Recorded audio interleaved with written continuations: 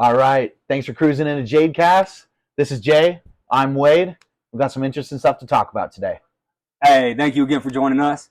Don't forget to click that like and subscribe, please. All right, it does help us a lot, helps other veterans out. And again, we'd like to hear from you. All right, let's get jaded. Let's talk about what's going on. Hey, thanks for cruising on into Jadecast today. That's Jay. I'm Wade. We've got some interesting stuff to talk about. Hey, thank you again for coming. Again, please like, subscribe. All right, it really does help us, helps veterans. All right, and again, let's get jaded. Let's talk about what's going on today. All right, I wanted to bring up, I know it's my turn this week, bring up that issue. Yep. I wanted to discuss a little bit about law enforcement. Okay. Interesting agenda today. I have some background in law enforcement. By no means was I some super cop. I like to equate myself as an overpaid mall cop. But I did specialize in law enforcement and security when I was in the Air Force. I did go through some amazing trainings and have a little bit of a aspect to it. It seems to be there's a lot of issues right now just in communities with local police departments and how the community feels towards the police department. And I'm kind of curious how your feelings are on where we currently stand with our law enforcement and whether or not they are overstepping or they're fitting right in. Right. I mean, when it comes to the small town that we live in, I feel like maybe there's I feel comfortable with the police. Okay. Right? I've been in some areas where, you know, you get pulled over and you wonder, is this the day that this cop is just completely upset? Okay. I mean, you know, sometimes when I was living in California, you know, there was the stereotypical, you know, highway patrolman, shades on, attitude. I mean, and he would try to write you up for everything under the book. Yep. You know, and what I've noticed out here is, you know, that's not necessarily true. I mean, I've noticed we'll be doing 10 miles per hour over the speed limit, and the cop's doing the same thing right next to you. Yeah, because he's trying to go home too, man. It's such a small town, like that's not really. It's more of a guidance for the locals that come and visit, or the tourists that come and visit, right. Not necessarily the locals. And you can kind of see that community build with law enforcement right. here.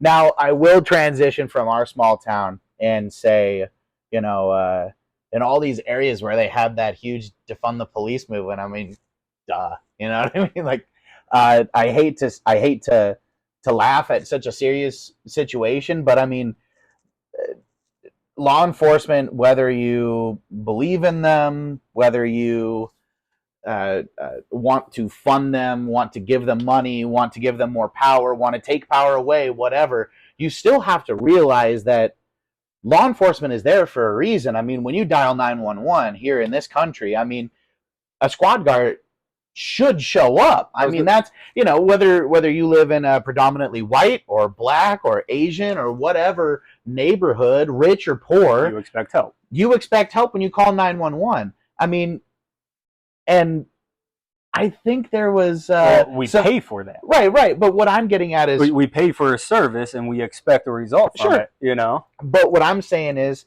in these areas, you're still paying for a service, but now you're paying for a social worker to come out and try and deal or de-escalate the situation. And it's like, well, I know the rest of the world may clown on our police force and say, oh, it takes years to be a German policeman, or X amount of time to be Italian, or whatever. And they say, oh, it takes, you know, 6 weeks, 8 weeks, you know, 10 weeks for, you know, you to become a police officer here in the United States. And the thing is, we have such a high need for them, but we have such low retention. We can't keep them. Why do we have such a high need for them? Because we have such low retention. I mean, so many of the good ones are leaving circulation. That's what I believe. What do you think the purpose of law enforcement is? Well, to be the shepherd, to protect the people. Not necessarily control the people, not by any sense of the word, but to protect the people. I mean, if like we were just talking about, you call 911 because someone's breaking into your house, Second Amendment allows you the right to, defend yourself, defend your possessions, castle law, the whole place, if your state allows it. Yeah, if your state allows it. Hence why people are calling 911. Right. If someone's breaking into your house and you drop the dude, why would you call 911? You would call a non-emergency line and be like, hey, you need to pick up a body. Yeah. So all of a sudden a drastic, huge need comes because it had stripped the power away from the people. We can no longer defend ourselves. Only law enforcement can defend you. Yet law enforcement isn't rapidly there. An incident doesn't happen over the course of an hour. Right. An incident happens within 5 minutes. I'm looking at it more of at a micro level, as far as the uniformed officer on the street, maybe a couple tiers above him. I'm not looking at it yet as what you're looking at it, as far as a governmental perspective of using the police force to control the masses. I'm not there yet. But that's all law enforcement is a government agency. Whether it's state, county, federal, it is still just a government entity voted on by the people, paid for the people to enforce specific laws designated by that community. That is technically what their purpose is supposed to be, not what it is right now. All right. So tell me what you came at this so serious, so tell me what your belief on the police system right now is. So I believe it has crossed a line. Okay. I believe it is no longer law enforcement for what it's supposed to be enacted. And I always give the example of warrants. A search warrant to go into someone's house. You can get a warrant based on suspicion. All right, hey, their electricity bill skyrocketed. They ordered a bunch of hydroponic stuff. That's a grow house. We get a warrant, we're breaking in. That went into our Constitution. That is a modern day redcoat. They can go to a judge, a high-powered official, and now deem it's necessary to break into your home. I don't care if you're harboring a criminal. That is your choice on your property and your right. No federal government or state, city, whatever, no government agency has any right to come onto your property without that owner's permission.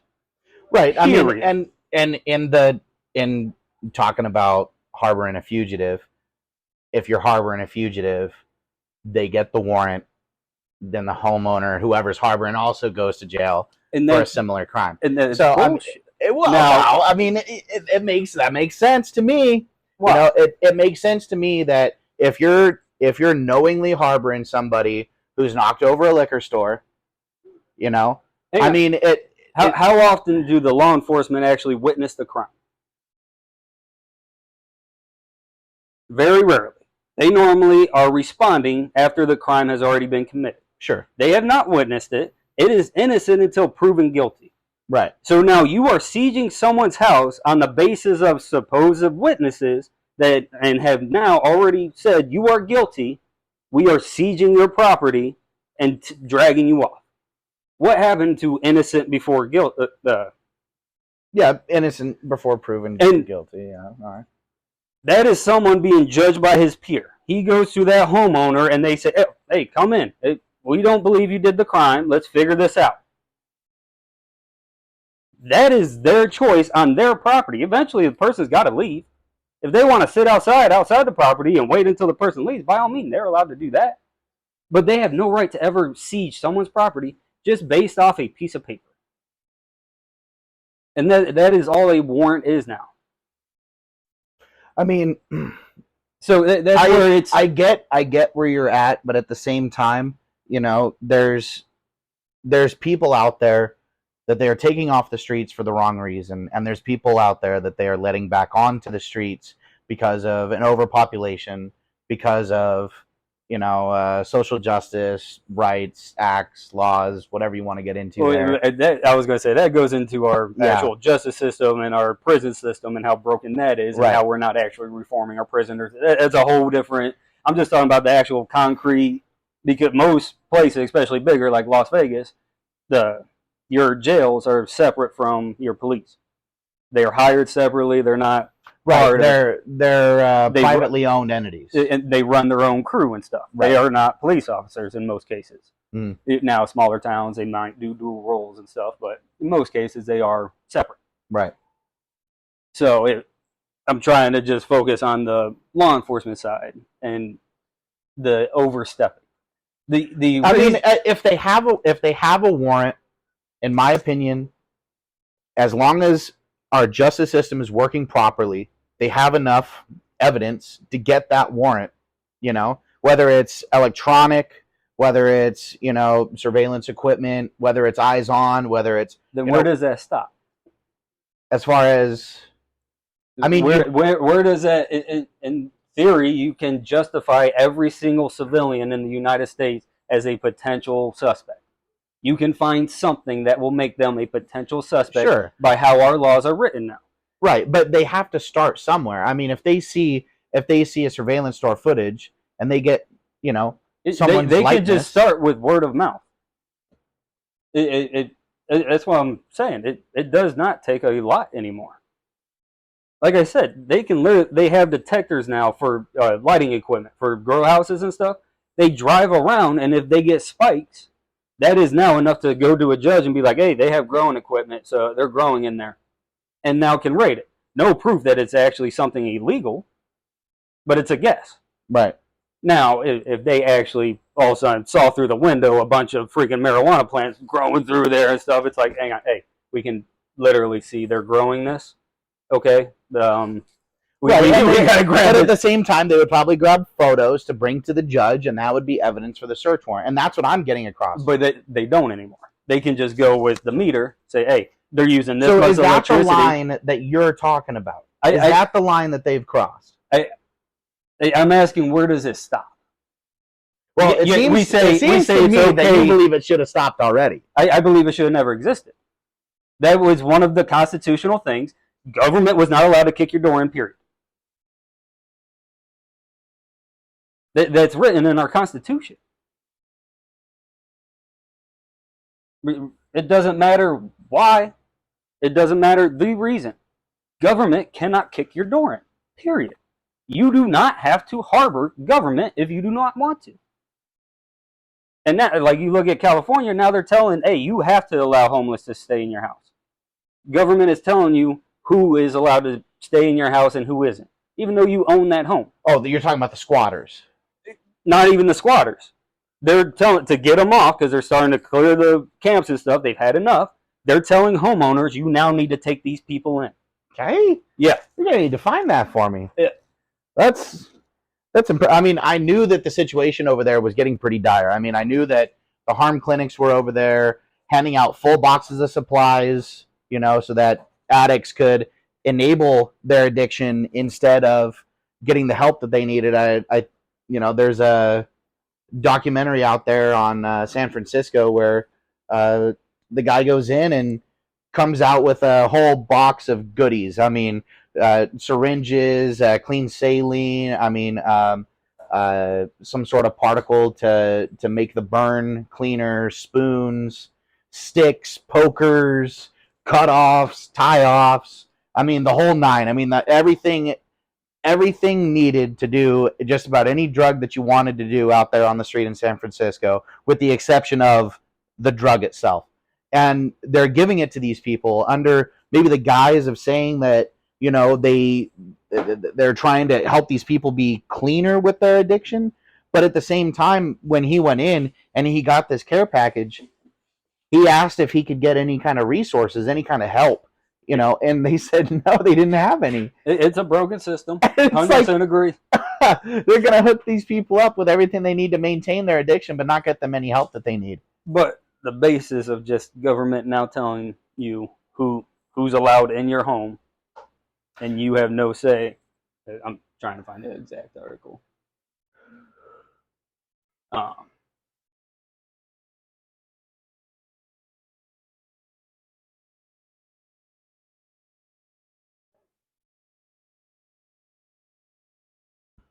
So this was how it started.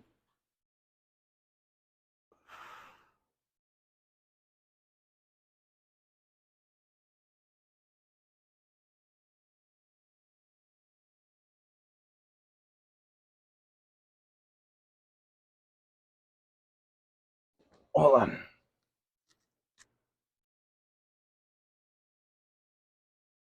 Go down, yeah.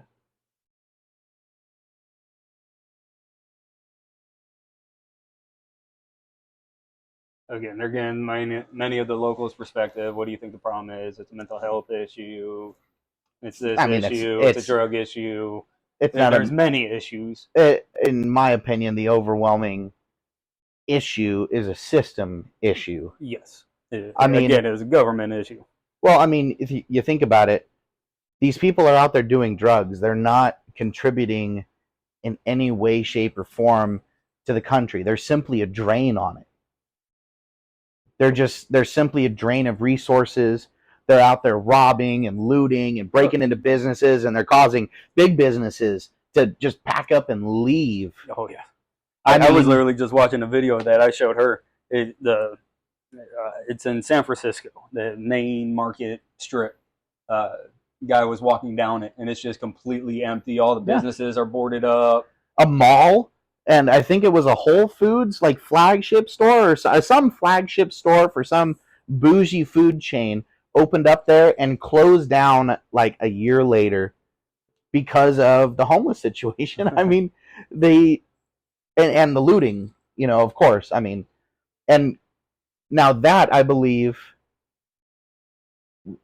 the media whipping these people into a frenzy, and then the police being told, hey, if you arrest or touch these people, I mean, you're going to go up, as to court as well. We kind of got off. Go back to law enforcement. But that's what I'm getting at right now is, the law enforcement, in my opinion, has been hamstrung recently, but they've been hamstrung in the wrong ways. I mean, they've had their way of reacting to crimes taken away from them, not reacting to your kind of crimes. Now that's been given to like the IRS. Now the IRS can come and kick in your door. Well, I mean, they were talking about arming all the IRS agents and stuff like that. Yeah. I mean, I believe that defunding the police has just given money to other government entities to do the exact same thing. So you kind of think there's a difference between federal and local?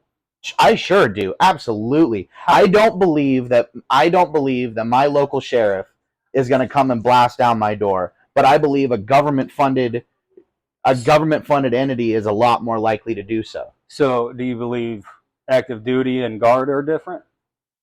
Yeah.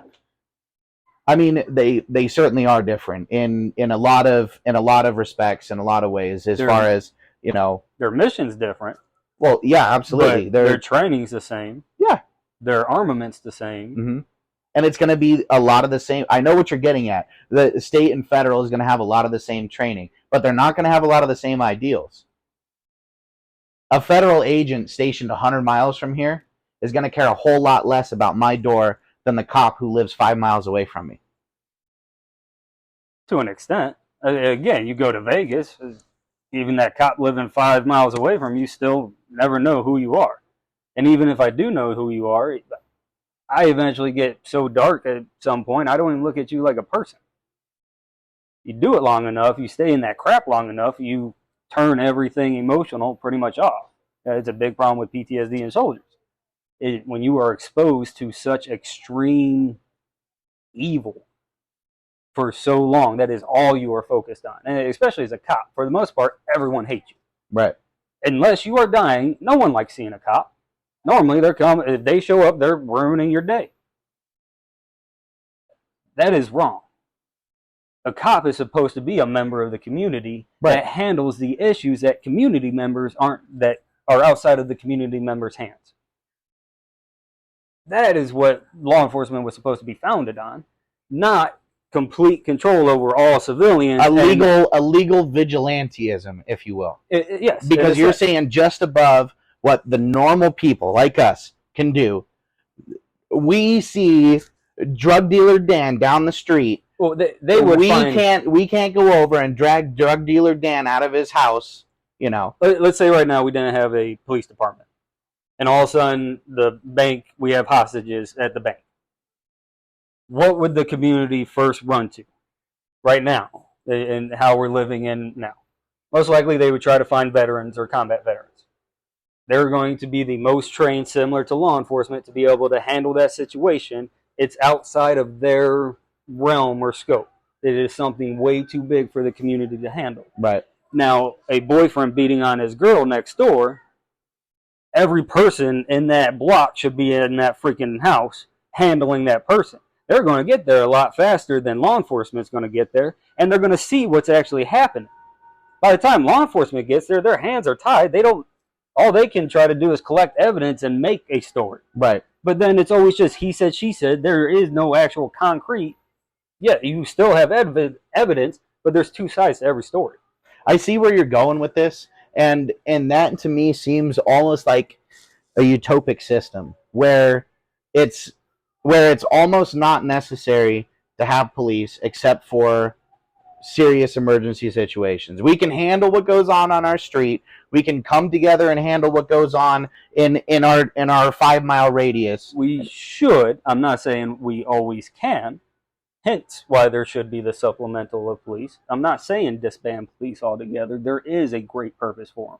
They do a great service for us. But it's just general traffic stopping. Like talking here. Right. On average, locals, we know our roads. We do 10 miles an hour over. We rarely have accidents. You throw a tourist in the mix and all of a sudden traffic gets freaking crazy here. Yeah. Law enforcement doesn't try to interfere with the flow of traffic because they realize that is preventing the accidents. Yet it's clearly breaking the law that they are supposed to be enforcing. And now let's say you do finally break that and they're, fuck it. Let's go ahead and stop this person. Why? You were speeding. Okay, that is an outdated law for when we didn't have seatbelts and we had a crap ton of fatalities. Yes, there's still purpose of them for like 80 miles per hour and stuff. Yes, we still have fatalities. Yet we still have street racing. Speed limits haven't done nothing to reduce a person from speeding. So we had a law enforcement and then charge the person who can't afford it to pay for the law enforcement. that doesn't make sense to me. They should be focusing what they are supposed to be doing outside of that, not enforcing this bullshit of speeding. And then, okay, let's try to dig and see if we can get anything else. Maybe that view is a little libertarian in its view, as far as, letting the people do what they're going to do. But at the same time, when you let the people do what they're going to do, sometimes they come together and they riot. I mean, you got a dude beating down his woman over here. You made a good point. Hold on. You got a good point, though. And you got 4 or 5 dudes coming over there. They beat the dude senseless, and now he's got brain damage. And I'm not saying that the dude didn't deserve to get beat down, but at the same time, then there's consequences for actions. Right. But hence why law enforcement's on their way. They know this is being handled. But if there's a more urgent call, they are not now worried that girl is going to die because he's beating the crap out of her. Community has him handled. They can now get there when they can get there. If it goes over, and the callers and stuff, again, that's why we have dispatch who can give clear instructions. Do not strike him. Do not just detain him. This and that. Make sure people are safe. It's just like CPR. Not everyone's trained on CPR, but if you call a dispatcher and like, hey, this dude's choking, do they tell you, okay, just wait for 911? No, they tell you, okay, you got to start the Heimlich maneuver. Okay. If he's having a heart attack, okay, you're going to start chest compressions. You're doing it, not the cop. He ain't there yet. I get where you're coming from. I think a lot of people in today's day and age are not willing to get off of their couch, go next door and handle the issue. They're the kind of people who will pull out their phones and they will videotape it because it gets more clicks online. It's real. It's World Star. And that's where I think a big problem is. It stems all down to community. We no longer how many people actually know their neighbors. You know what I mean? How many people could just walk into another person's house? Hey, I'm here. Right. How many people leave their doors unlocked now? Right. We have fallen so far off that we don't even trust each other anymore. Right. And so then, because we can't even trust each other, it all gets laid onto a third party that is supposed to be unbiased. You know, it's funny you say that, because when I lived in New York, right? Immediately when you think of New York, you think of high crime, you think of, you know, people breaking in, or New York City, yeah, you think of the city. But where I lived in upstate. Yep. I mean, I lived in a town, they call it a village. It's one of the most beautiful 400 places, people. man. Yeah. Best food. Yeah, I mean, you know, the cheese curds there. I mean, just the fresh fruits and veggies. Okay. Oh man, blackberries. Okay, yeah, you know. Anyway, the point that I was getting at is, even though I lived in a state with such a nasty reputation, my door had locks on it that were skeleton keys from the 1940s. They didn't work. The lock didn't work. I mean, that door wasn't locked for probably, you know, 5+ years. Never had any issues. And it just goes down to where you're at and what your community is. I mean, the community there, for me, they knew me, you know, up and down the road, you know, and you know, throughout the little village. Yeah. You know, I would go in and support the local businesses and you know, all that stuff, and it was they would all get my to know first me. name. Yeah. I mean, you know, and I'd hand out my number, and they call me, hey, there's a suspicious looking vehicle at your place, you know, all that kind of stuff, and it made me feel really connected to them. Yes. I mean, I wasn't connected to the laws that we had to abide by up there, because the laws were made for that nasty cesspit of a city. They weren't made for us good-hearted folks. Or they were outdated, or and you were a family, right? A true community. So even at the time, I think just to own a handgun, not to carry it, just to own it, and then even then it was super restricted, like 7 rounds or something like that.